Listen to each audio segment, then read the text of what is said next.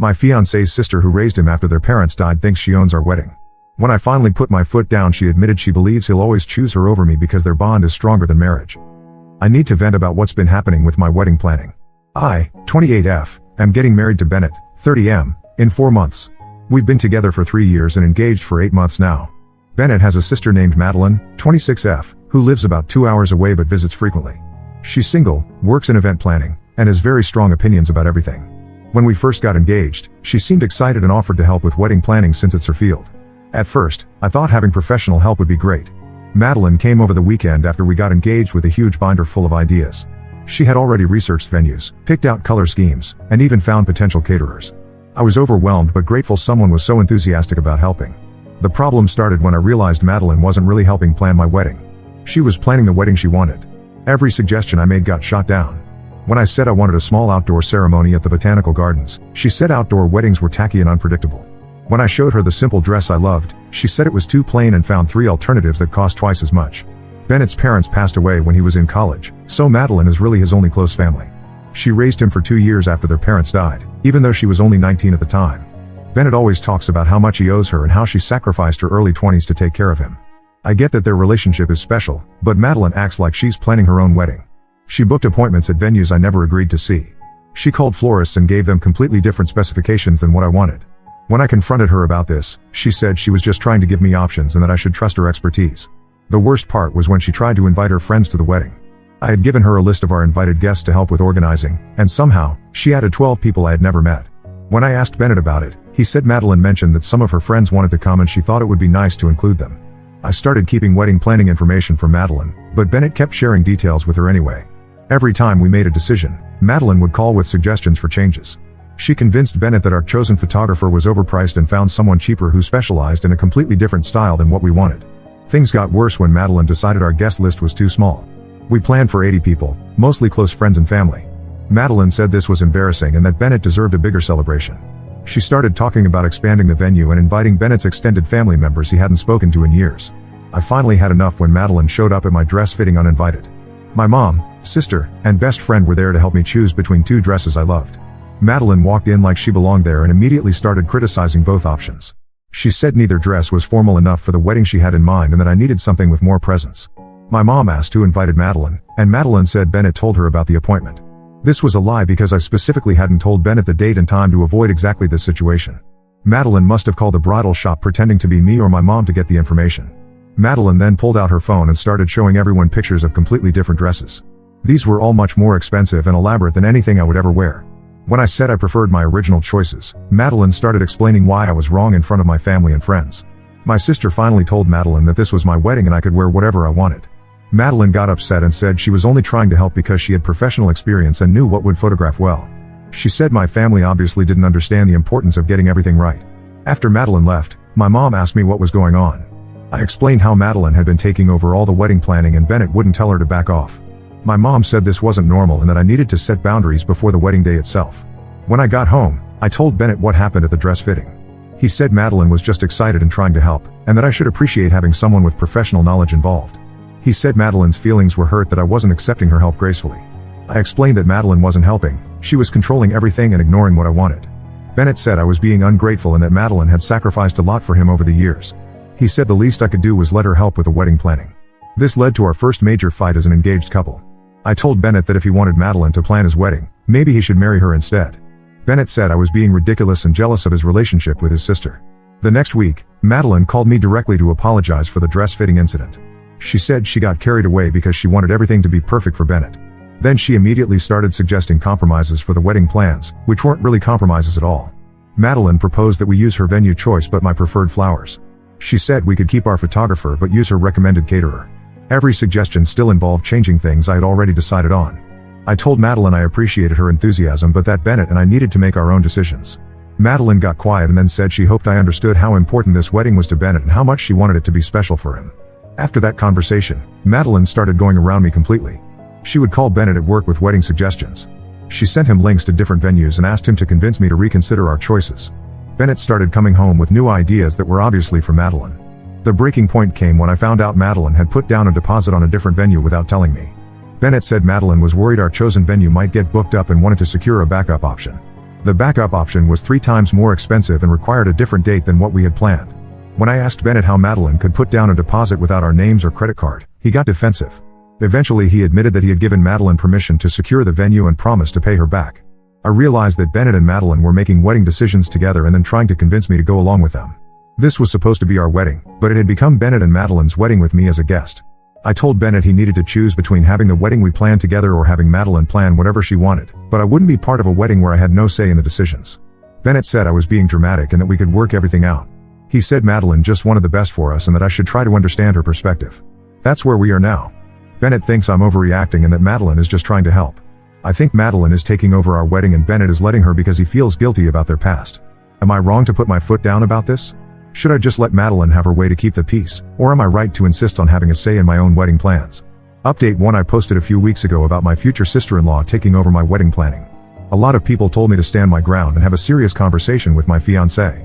I took that advice, and things have gotten much more complicated. After reading the comments on my original post, I decided to sit down with Bennett and have a complete honest conversation about Madeline and the wedding. I waited until a Saturday morning when we both had time to talk without distractions. I started by explaining that I wasn't trying to exclude Madeline or hurt her feelings, but that I needed to have a voice in planning my own wedding. Bennett listened without interrupting, which I thought was a good sign. Then I brought up specific examples of how Madeline had been overriding my decisions. I mentioned the venue deposit, the dress fitting incident, and how she had been calling vendors to change specifications I had already given them. Bennett was quiet for a long time after I finished talking. Finally, he said he understood why I was frustrated, but that I needed to understand Madeline's position too. He explained that Madeline had always dreamed of planning a big wedding, and since she wasn't in a relationship, she was living vicariously through our wedding. I asked Bennett if he thought it was fair for Madeline to live out her wedding fantasies through our actual wedding. He said it wasn't that simple because Madeline had given up so much for him when their parents died. Bennett then told me something he had never mentioned before.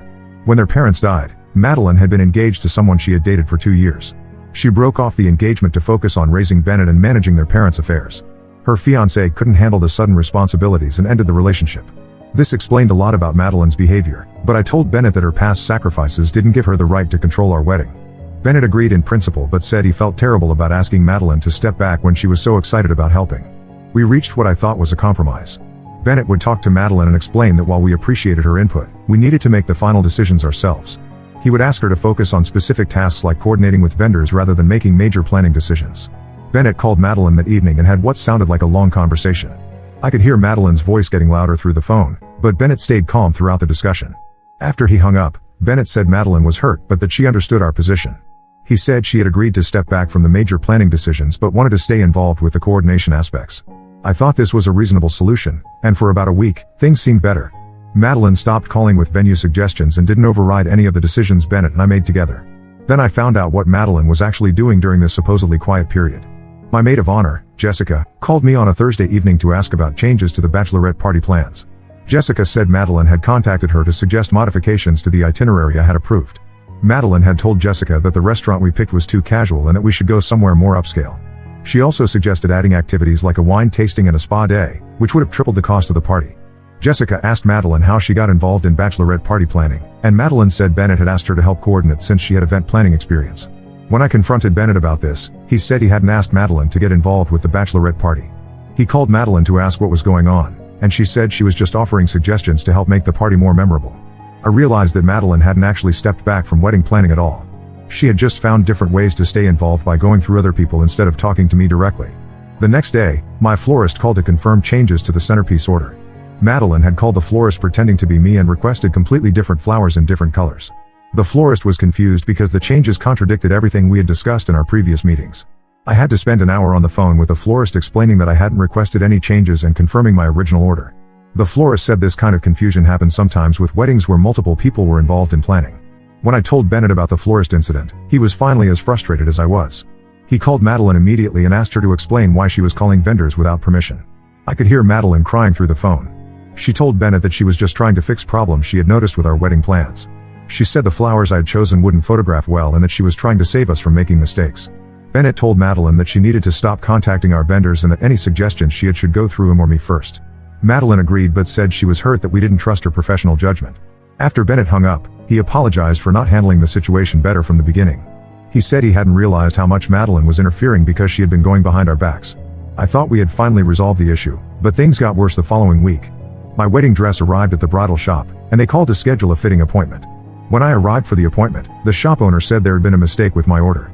Instead of the simple dress I had chosen and paid for, they had ordered one of the elaborate dresses Madeline had shown me during the chaotic fitting appointment. The shop owner said someone had called claiming to be me and requested the change. The dress they had ordered cost $800 more than my original choice. The shop owner showed me the signed change order, and the signature looked like mine but wasn't quite right. I had to explain that I hadn't authorized any changes and that someone had impersonated me to modify the order. The shop owner was apologetic but said they would need to special order my original dress, which would take 6 weeks. With 4 months until the wedding, 6 weeks should have been fine, but the shop owner warned me that special orders sometimes took longer than expected and that I should have a backup plan. I was furious that Madeline had not only ignored our conversation about stepping back but had actually escalated her interference to the point of forging my signature. When I got home, Bennett was already on the phone with Madeline. Apparently, the bridal shop had called him when they couldn't reach me to confirm the dress change. Bennett was telling Madeline that she had crossed a line and that she couldn't pretend to be me to make changes to wedding vendors. Madeline was crying and saying she was only trying to help because she could see I was making mistakes that would ruin the wedding photos. Bennett told Madeline that she was no longer allowed to contact any of our wedding vendors for any reason. Madeline asked if this meant she was no longer welcome to help with the wedding at all. Bennett looked at me while Madeline was asking this question. I shook my head, and Bennett told Madeline that we needed to handle the rest of the wedding planning ourselves. Madeline hung up without saying goodbye, and Bennett said she was probably more hurt than she had ever been in her life. I told Bennett I was sorry that Madeline was hurt, but that she had brought this situation on herself by ignoring our boundaries and forging my signature. Bennett agreed that Madeline had gone too far, but he was clearly torn between supporting me and protecting Madeline's feelings. The next morning, Bennett's aunt called to ask about the wedding plans. She said Madeline had called her crying about being excluded from the wedding planning and that Bennett was choosing his fiancé over his family. Bennett's aunt said she understood that brides should have the final say in wedding decisions, but that it seemed harsh to completely cut Madeline out when she had sacrificed so much for Bennett over the years. This phone call made Bennett start second-guessing our decision to exclude Madeline from vendor communications. He said maybe we had been too harsh and that we should find a way to include Madeline that would make everyone happy. I told Bennett that Madeline had proven she couldn't be trusted to respect our boundaries, and that including her in any capacity would lead to more problems. Bennett said he understood my position but that he felt terrible about hurting Madeline when she was only trying to help in her own way. That's where we are now. Bennett supports me in principle but feels guilty about excluding Madeline. Madeline is telling extended family that she's being punished for caring too much about Bennett's wedding. I'm starting to wonder if Bennett will ever be able to put our relationship first when it conflicts with Madeline's wants. The wedding is in 3 months, and I don't know if we can get through this without someone getting permanently hurt. Update 2. My last update was about 6 weeks ago when my fiancé and I had decided to exclude his sister Madeline from all wedding vendor communications after she forged my signature to change my dress order. Things have gotten much worse since then, and I'm not sure my relationship is going to survive until the wedding. After we told Madeline she couldn't contact our vendors anymore, she seemed to accept the decision for about 2 weeks. Bennett was relieved that the drama was over, and I thought we could finally focus on enjoying our engagement. Then my mom called to tell me that Madeline had contacted her about hosting a bridal shower. My mom was surprised because I had already told her I didn't want a bridal shower, and she couldn't understand why Madeline would be organizing one without asking me first. Madeline had told my mom that Bennett mentioned I was too busy with work to plan a shower myself, so Madeline wanted to take care of it as a surprise. Madeline had already picked a date, reserved a venue, and started inviting people. My mom asked Madeline for my guest list, and Madeline said she was handling all the invitations herself. When my mom asked to see the list, Madeline said it was a surprise and that my mom would just have to trust her judgment about who to invite. My mom felt uncomfortable with this arrangement and called me instead of giving Madeline any information about my friends or extended family. When I told Bennett about Madeline's shower plans, he looked genuinely confused. He said he had never told Madeline that I wanted a bridal shower, and that he knew I had specifically decided against having one. Bennett called Madeline to ask about the shower, and she said she thought every bride deserved a celebration even if they were too modest to ask for one. She said she wanted to do something special for me since I had been working so hard on wedding planning. Bennett told Madeline that I didn't want a bridal shower and that she needed to cancel whatever arrangements she had made. Madeline got upset and said she had already put down deposits and sent invitations to people. Madeline asked Bennett who she had invited, and she admitted she had invited all of her friends plus some of Bennett's female cousins and co-workers I had never met. She hadn't invited any of my actual friends or family members because she didn't have their contact information. Bennett told Madeline that a bridal shower for the bride should probably include the bride's actual friends and family. Madeline said she was planning to ask me for my friends' information once the party was closer. This meant Madeline was planning a party supposedly for me, but actually for herself and her friends, where I would be the guest of honor at an event full of strangers. Bennett told Madeline to cancel the shower, and Madeline started crying about how much money she had already spent and how excited her friends were about the party. Bennett offered to reimburse Madeline for any deposits she had made, but Madeline said money wasn't the point. She said she just wanted to do something nice for me and that I was being ungrateful for all her efforts. After Bennett hung up, he said Madeline had agreed to cancel the shower but that she was very hurt by our reaction. He said Madeline felt like we were rejecting her attempts to be involved in our wedding celebration. I pointed out that Madeline kept trying to be involved by making decisions without asking us first, and that this was the third time she had done something major without our permission. Bennett agreed that Madeline's approach was problematic, but he said he could see why she felt excluded when we kept shutting down her attempts to help. 2 days later, Madeline called me directly for the first time since the dress incident. She said she wanted to apologize for the shower misunderstanding and ask if we could start over with a better approach to including her in wedding planning. Madeline said she realized she had been making assumptions about what we wanted instead of asking us directly. She promised that if we gave her another chance, she would run everything by us before taking any action. Madeline sounded sincere, and I was tired of the ongoing drama, so I agreed to let her help with one specific task. I asked Madeline to coordinate the transportation for our out-of-town guests from their hotels to the wedding venue. This seemed like a task where Madeline could use her event planning skills without being able to override any of our major decisions. Madeline was excited about the assignment and promised to handle it perfectly. For 3 weeks, Madeline did exactly what she had promised. She called me with updates about the transportation arrangements, asked for approval before making any bookings, and stayed within the budget we had given her. Bennett and I started to think that maybe Madeline had finally understood our boundaries and that we could have a peaceful wedding with her help. Then, 2 weeks ago, our wedding venue coordinator called with a question about the ceremony setup. She said someone had contacted her to make major changes to our ceremony layout and wanted to confirm the modifications with us. The changes included moving the ceremony to a different part of the venue, adding a string quartet we hadn't booked, and rearranging the seating to accommodate 50 additional guests. The venue coordinator said the person who called had identified herself as the wedding planner and had seemed very knowledgeable about event coordination. The caller had explained that the bride and groom were too busy to handle the details and had delegated the coordination to her. I knew immediately that Madeline had contacted the venue, but I couldn't understand why she would make such major changes when she had been doing so well with the transportation task. When I confronted Bennett about this, he was as confused as I was. He called Madeline to ask about the venue changes, and Madeline's explanation was completely different from what I expected. Madeline told Bennett that she had been contacted by his cousin Mark, who said he was planning to bring his entire extended family to the wedding. Madeline said Mark had told her that Bennett had invited all of Mark's relatives but had forgotten to tell me about the additional guests. Madeline said she was trying to be helpful by accommodating the extra guests and making sure the ceremony setup could handle the larger crowd. Bennett told Madeline that he had never invited Mark's extended family and that he had no idea what she was talking about. Madeline seemed genuinely surprised and said Mark had been very convincing when he called her about the wedding arrangements. Bennett called Mark to ask about this conversation, and Mark said he had never talked to Madeline about the wedding. Mark said he was planning to attend the wedding with just his wife and 2 children, exactly as we had planned. When Bennett called Madeline back with this information, Madeline said she must have been confused about who had called her. She said someone claiming to be Mark had contacted her about bringing additional family members to the wedding. Madeline apologized for the misunderstanding and said she would contact the venue to cancel all the changes she had made. But when I called the venue coordinator to confirm the cancellations, she said Madeline had never called back to reverse the changes. I had to spend an hour on the phone explaining the situation and making sure our original ceremony plans were still in place. Bennett called Madeline again to ask why she hadn't canceled the venue changes as promised. Madeline said she had been busy with work and had forgotten to make the call, but that she would do it immediately. I realized that Madeline had lied about someone calling her regarding additional guests. She had made up the story about Mark's extended family to justify making major changes to our wedding ceremony. When I explained this to Bennett, he initially defended Madeline and said maybe she had genuinely been confused about the phone call. But then Bennett called Madeline's phone company to check her call records for the days she claimed to have received the call from Mark.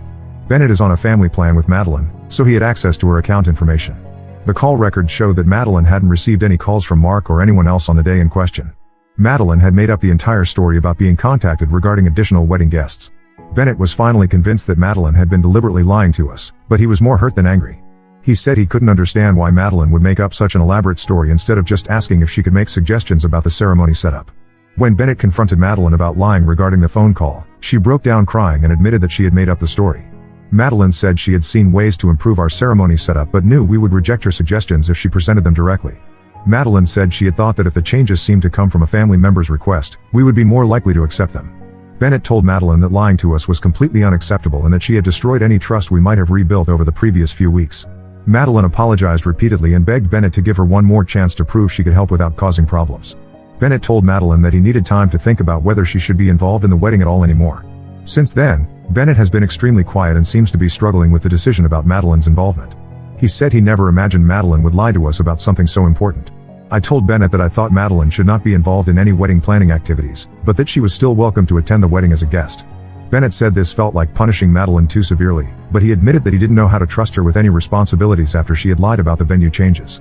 Yesterday, Bennett's aunt called again to say that Madeline was devastated about being excluded from wedding planning and that the family was concerned about Bennett's relationship with his sister. Bennett's aunt suggested that maybe Madeline's behavior was coming from a place of love and that we should try to forgive her mistakes. I'm tired of everyone in Bennett's family making excuses for Madeline's behavior. She has lied to us, forged my signature, and repeatedly ignored our boundaries, but everyone still wants us to include her because she means well. Bennett seems torn between supporting me and maintaining his relationship with Madeline. I'm starting to wonder if he will ever be able to prioritize our marriage over his sister's feelings. The wedding is in 6 weeks, and I don't know if we can resolve this situation without someone getting permanently hurt. Update 3. It's been 2 months since my last update, and my wedding was 3 weeks ago. A lot has happened, and I wanted to share how everything turned out.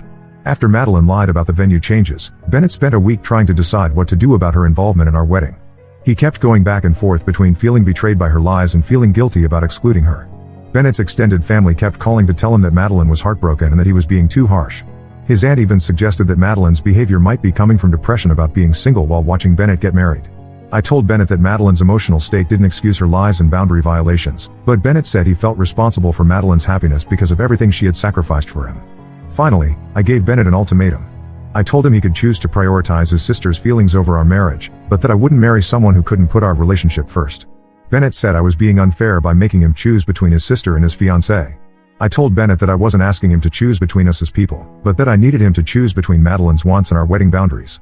Bennett took another week to think about this, and during that time, Madeline called him every day crying about how excluded she felt from his wedding. The breaking point came when Madeline showed up at our apartment unannounced with a key Bennett had given her years earlier. Bennett wasn't home, and Madeline let herself in while I was getting ready for work. Madeline said she wanted to talk about the wedding and make sure I understood how much Bennett meant to her. She said she had raised Bennett and that she deserved to have a role in his wedding celebration. I told Madeline that I understood their close relationship, but that her actions had made it impossible for us to trust her with wedding responsibilities. Madeline then said something that completely changed my perspective on the situation. She told me that Bennett would always choose her over me when it really mattered, because their bond was stronger than any marriage could be. Madeline said that Bennett had already proven this by defending her behavior throughout our engagement, and that I would never be as important to him as she was. I asked Madeline to leave immediately, and she said she would go but that I should think carefully about whether I wanted to marry someone who would never put me first. When Bennett got home that evening, I told him about Madeline's visit and what she had said. Bennett was upset that Madeline had used her key to enter our apartment without permission, but he said Madeline was probably just lashing out because she felt rejected. I asked Bennett if he thought Madeline was right about him always choosing her over me. Bennett said that was ridiculous and that he loved me more than anyone. But when I asked Bennett to prove this by telling Madeline she was no longer welcome at the wedding, Bennett said that was going too far and that he could not invite his own sister. I realized that Madeline had been right about Bennett's priorities. Even after everything that had happened, Bennett still couldn't choose our marriage over Madeline's presence at our wedding. I told Bennett that I needed a few days to think about whether I wanted to get married under these circumstances. I went to stay with my parents for a long weekend, and my mom helped me think through the situation. My mom pointed out that marriage problems that start before the wedding usually get worse after the wedding, not better. My mom also said that if Bennett couldn't set boundaries with Madeline now, he would probably never be able to do it, and that Madeline would interfere in our marriage for the rest of our lives. When I got back from my parents' house, I told Bennett that I would only marry him if he could prove that our marriage was his top priority. Bennett asked what I needed him to do, and I said he needed to tell Madeline that she could attend the wedding as a guest but that she would have no role in the ceremony or reception activities. Bennett said this was reasonable, and he called Madeline to explain the new boundaries. Madeline's reaction was extreme. She told Bennett that if he was going to treat her like a stranger at his wedding, then she didn't want to attend at all. Madeline said Bennett was choosing his fiancé over the person who had raised him, and that she was disappointed in the man he had become. Bennett tried to explain that setting boundaries didn't mean he loved Madeline any less, but Madeline said that if he really loved her, he would find a way to include her in his wedding celebration. Madeline then said she wouldn't come to the wedding at all, and that Bennett would have to live with knowing he had chosen his fiancé over his family. Bennett was devastated by Madeline's ultimatum, but I told him that Madeline was manipulating him by threatening to skip the wedding. Bennett agreed that Madeline was being manipulative, but he said he couldn't bear the thought of getting married without his sister there. 2 weeks before the wedding, Bennett asked me if I would be willing to give Madeline a small role in the ceremony, like doing a reading, just so she would agree to attend. I told Bennett that giving in to Madeline's manipulation would teach her that threatening to skip important events was an effective way to get what she wanted. Bennett said he understood my point, but that he didn't want to look back on our wedding day and regret that his sister wasn't there. I told Bennett that he needed to decide whether he wanted Madeline at our wedding because she genuinely wanted to celebrate our marriage, or because he was afraid of her emotional manipulation.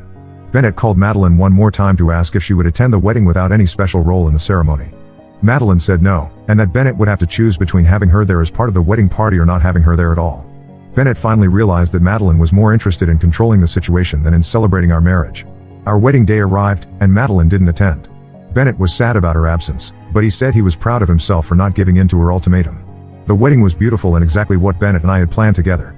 All of our other family members and friends were there to celebrate with us, and we had a wonderful time. Bennett's aunt made a few comments about Madeline's absence, but most people were focused on celebrating our marriage rather than discussing family drama.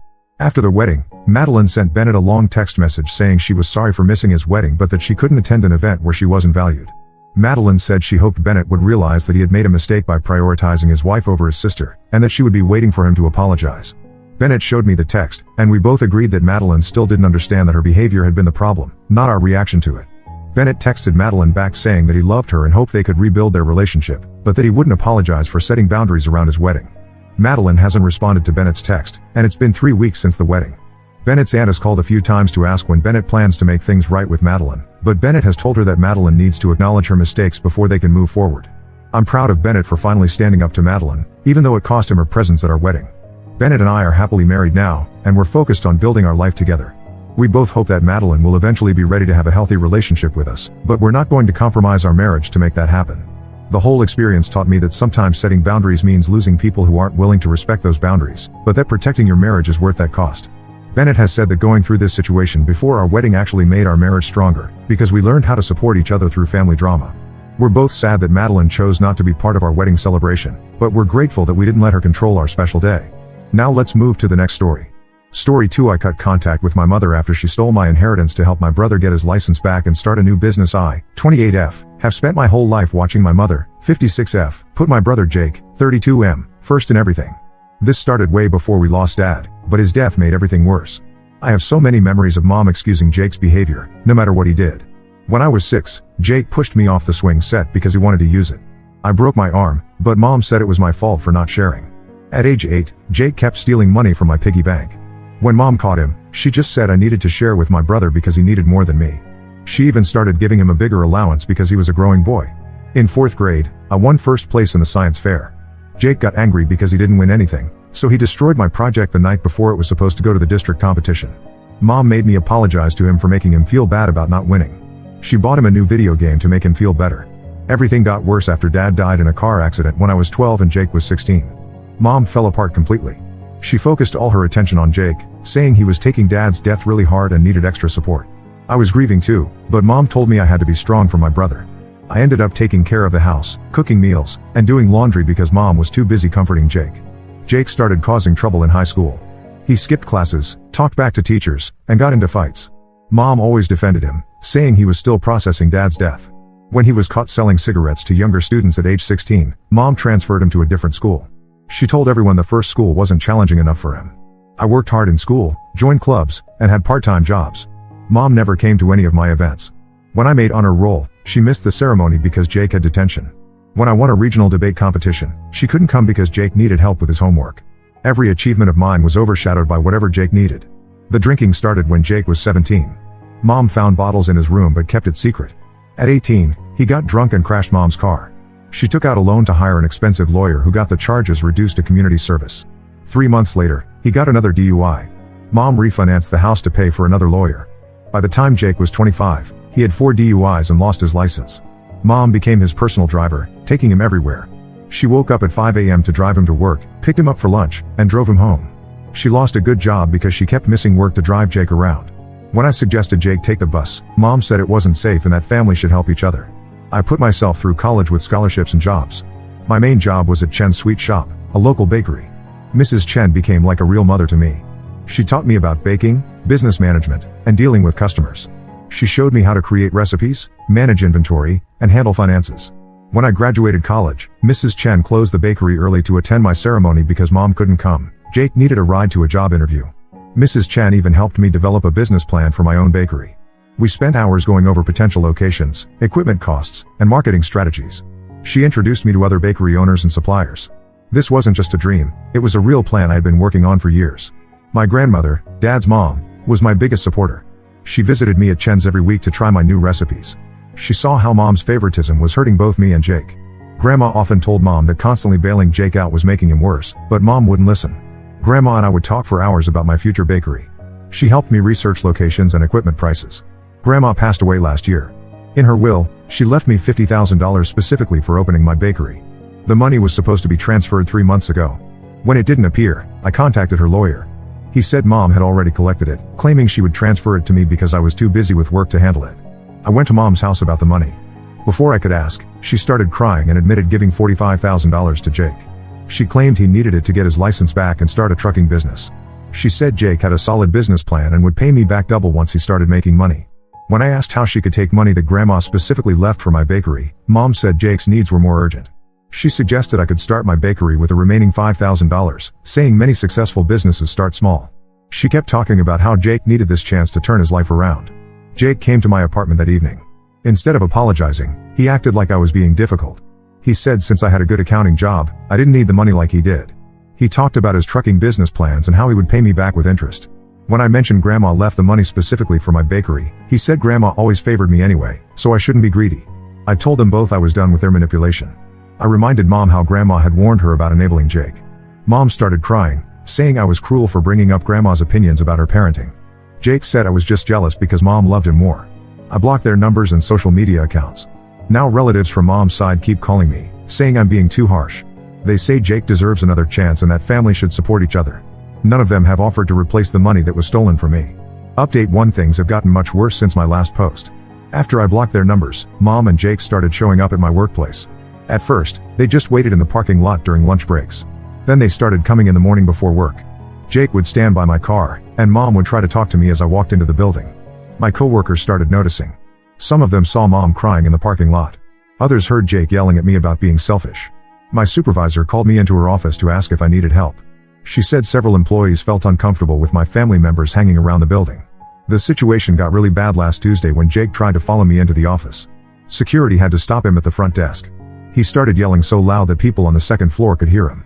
Mom was outside crying and telling everyone who walked by that I was breaking her heart. Security ended up banning them both from the property.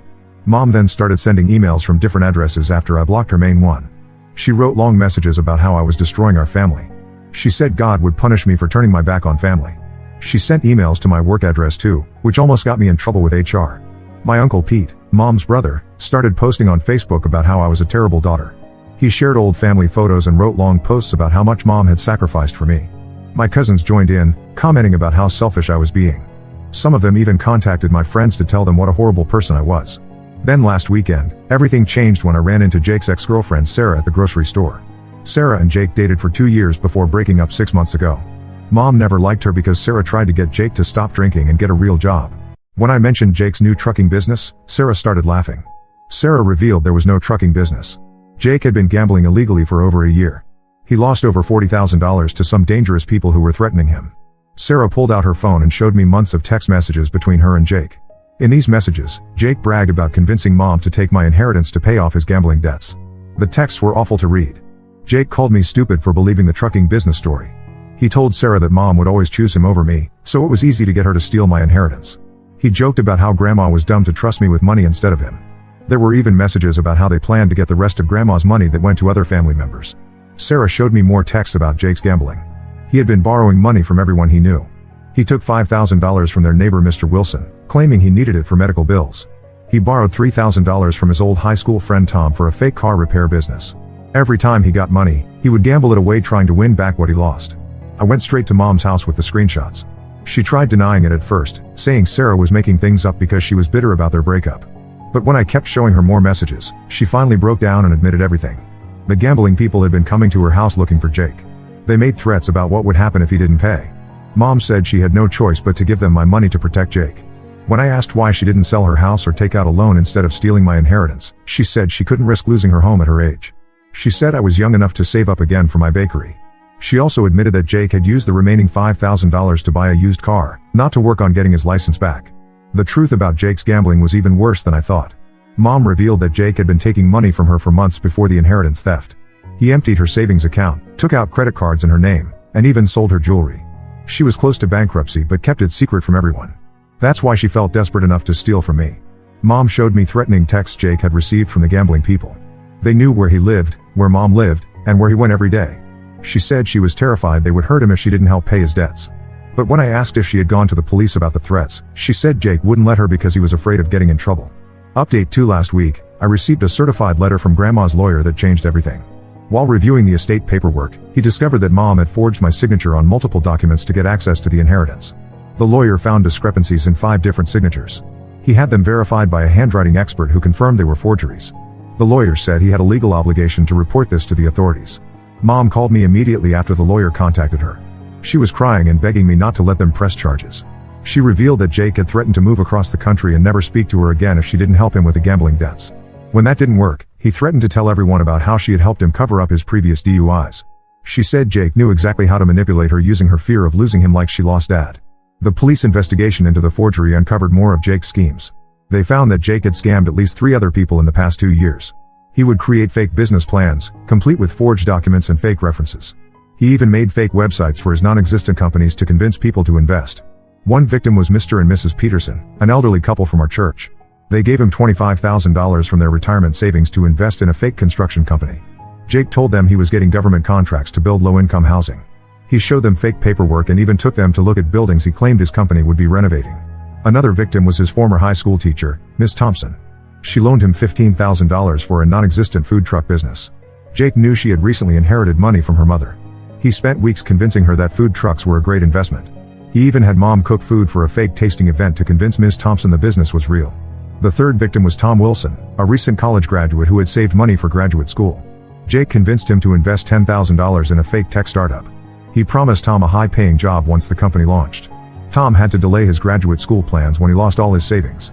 The investigation revealed that Mom knew about these scams. She had actually helped Jake cover them up by paying off some of his victims with her retirement money.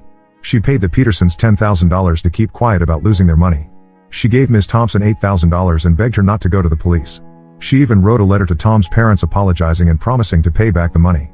That's why Mom was so desperate to use my inheritance. She had depleted her own savings helping Jake avoid consequences.